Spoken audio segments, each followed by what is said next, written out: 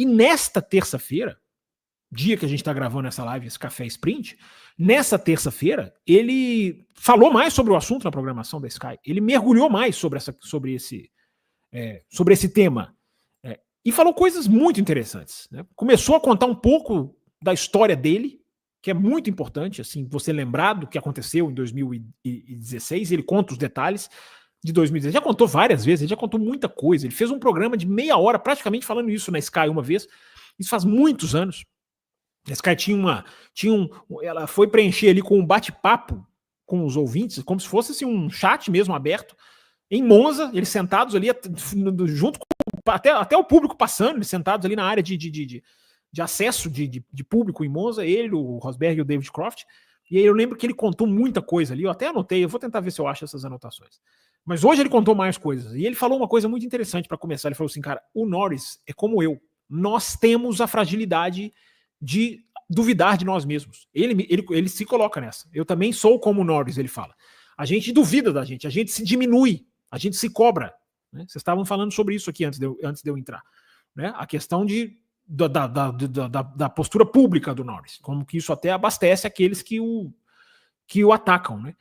Então, o Rosberg, entre outras coisas, entre outras informações, entre outras coisas que ele começa a contar de 2016, é muito legal, porque ele fala, cara, naquele ano, na hora em que eu resolvi que eu precisava mudar, que eu precisava atacar outros pontos para tentar ter um resultado que eu queria, tentar virar o jogo contra o Hamilton, né? Ele fala, né, eu estava contra um dos maiores pilotos de todos os tempos. Né? Você não vira esse jogo simplesmente fazendo só reunião com o engenheiro. E ele conta que ele tinha sessão de psicólogo, com psicólogo, 2 horas por dia, de 2 em 2 dias. E ele falava, era intenso. Imagina o teor dessas sessões. Mas, cara, o cara fazia psicólogo 2 horas, de 2 em 2 dias, o cara tá realmente trabalhando a cabeça dele. Não tá errado, tá certo. E ele conta as mudanças que ele fez, tudo isso para rebater no Norris. Né? Ele conta as mudanças que ele fez no estilo de vida. O que um cara é capaz de fazer? Eu estava assistindo e pensando o que um cara é capaz de fazer para se tornar campeão do mundo, ou para chegar no nível de desafiar. Que tem muito a ver com o caso do Norris. Então ele fala, cara, eu tive que mudar o meu estilo de vida. Passar a medir quanto tempo ele gastava para ler notícia, quanto tempo por dia ele tinha para ficar com os amigos. Ele começou a ter isso tudo marcado. Quanto tempo ele tinha para fazer atividade física. Isso tudo foi moldado em 2016 para que ele conseguisse condicionar mentalmente. Não é só fazer a sessão com o psicólogo. Então é muito interessante. Ele conta que ele contratou um especialista de sono. Um especialista para isso. Tinha um especialista dele trabalhando para isso, para que ele evitasse o jet lag. Né? O que é o jet lag? É o fuso horário. Ele fala, cara, o fuso horário arrebenta com a gente, piloto, ele diz, né? Porque você está cada hora num lugar do mundo, cada hora um horário diferente. Então o que ele fez? Ele contratou alguém para trabalhar o sono dele, para que ele não tivesse jet lag em nenhuma corrida do ano, para que ele conseguisse adaptar o corpo dele previamente a todas as etapas, para que ele não sentisse. Ele falou, cara, isso fez a maior diferença. E ele deu detalhes disso. Ele falou, cara, por exemplo, a Austrália é 10 horas à frente de Mônaco, né? Porque ele mora em Mônaco. Então a Austrália é 10 horas à frente de Mônaco. Aí o especialista diz que você precisa adaptar 1h30 por dia para você. Então o que ele começava a fazer? Faltava 4 dias para viajar, os últimos 4 dias antes da viagem dele para a Austrália. O que ele ia fazendo? Ele ia adaptando o fuso horário dele. Então ele fala, ele tinha que acordar a cada dia 1h30 mais cedo. Então primeiro ele acordou 6 horas da manhã, faltando 4 dias. No dia seguinte ele acordou 4h30 da manhã. No dia seguinte ele acordou 3 da manhã, ele ia voltando 1h30 do sono dele. E no último dia ele conta, cara, ele falou, cara, eu acordei 1h30 da manhã. E na hora que eu acordei 1h30 da manhã, não é acordar, você tem que ensinar o seu corpo ao fuso, a achar que o dia começou. Então ele falou, cara, eu acordava 1h30 da manhã, 2 e pouco da manhã, eu tava correndo na rua, fazendo a minha corrida matinal, que o piloto faz da preparação física.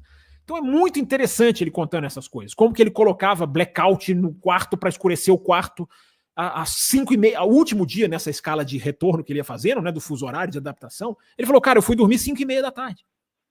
Para condicionar. Então, olha só a mudança na vida de um cara que quer brigar por um título mundial. E ele falava, cara, eu usava até óculos blackout. Nem sei o que é isso, mas ele falou, cara, é um óculos que você fica tudo escuro para você. Para quê? Para o seu corpo acostumar. 1 hora antes de dormir, ele botava um óculos que ele não via nada. Então ele ficava pela casa, ele ficava pela casa parecendo um maluco. Então olha o que o cara faz, né, para tentar ser campeão do mundo.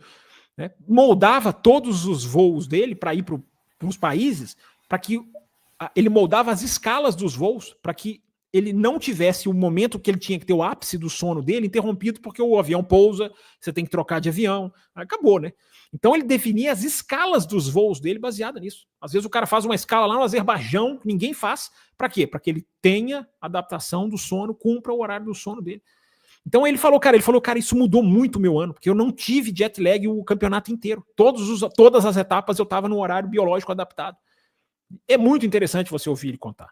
Então isso pro Norris, claro que, né, cada um tem as suas especificações, mas isso é um exemplo. Por que eu estou falando tudo isso? Porque é um exemplo para um cara trabalhar para tentar ser campeão do mundo, a parte mental, que é a questão do Norris. E no final ele ainda até fala uma coisa muito interessante. Ele fala, cara, informação, sabe quem que eu tenho informação de que faz algo parecido comigo? Hoje ele fala, o George Russell. Então assim, terminando com aquilo que a gente falou na segunda-feira, né? Na hora que ele oferece para ajudar o Norris, ele é o melhor exemplo. Ele até fala isso, ele falou isso hoje. Ele falou, cara, eu sou o melhor exemplo para ajudar o Norris, porque eu sofria, eu não tinha como conseguir, eu não via saída, eu era pressionado de várias maneiras, eu duvidava de mim mesmo, eu via redes sociais, eu era afetado por isso.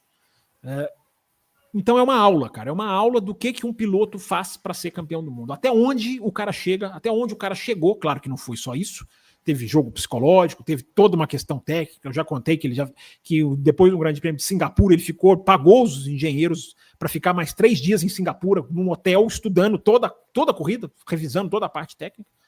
Então são essas coisas que um piloto às vezes tem que fazer para virar a cabeça para ser campeão do mundo. E é muito interessante a gente aprender isso, porque a gente só liga a televisão, acha que o cara chega, pausa, põe o capacete, acelera, vai, volta e pega o avião e vai embora. Não é. Afeta o estilo de vida do cara. Se o cara quiser chegar num nível psicológico de, como eu falei, 2 horas por dia, a cada 2 dias sessão de psicólogo. O cara tá trabalhando a mente dele com muita força. Muito legal, eu acho muito interessante. Uma outra coisa que eu achei interessante nisso que você trouxe é que, guardadas as devidas proporções, me parece ser muito o caso de questão de brigar contra um talento nato. Para mim, e a opinião minha, o Hamilton tem muito mais talento do que o Rosberg, e o Piastri, na minha opinião, tem um talento mais natural do que o Norris. Então, assim, o Norris precisa treinar. Aí eu já questiono. Como eu estou dizendo, o Norris é mais rápido do que o Piastri nesse ano, mas não é melhor. Mas o talento natural, talvez do Norris seja até mais fácil. O problema é que o Norris tem um bloqueio que tá ficando no caminho dele, né?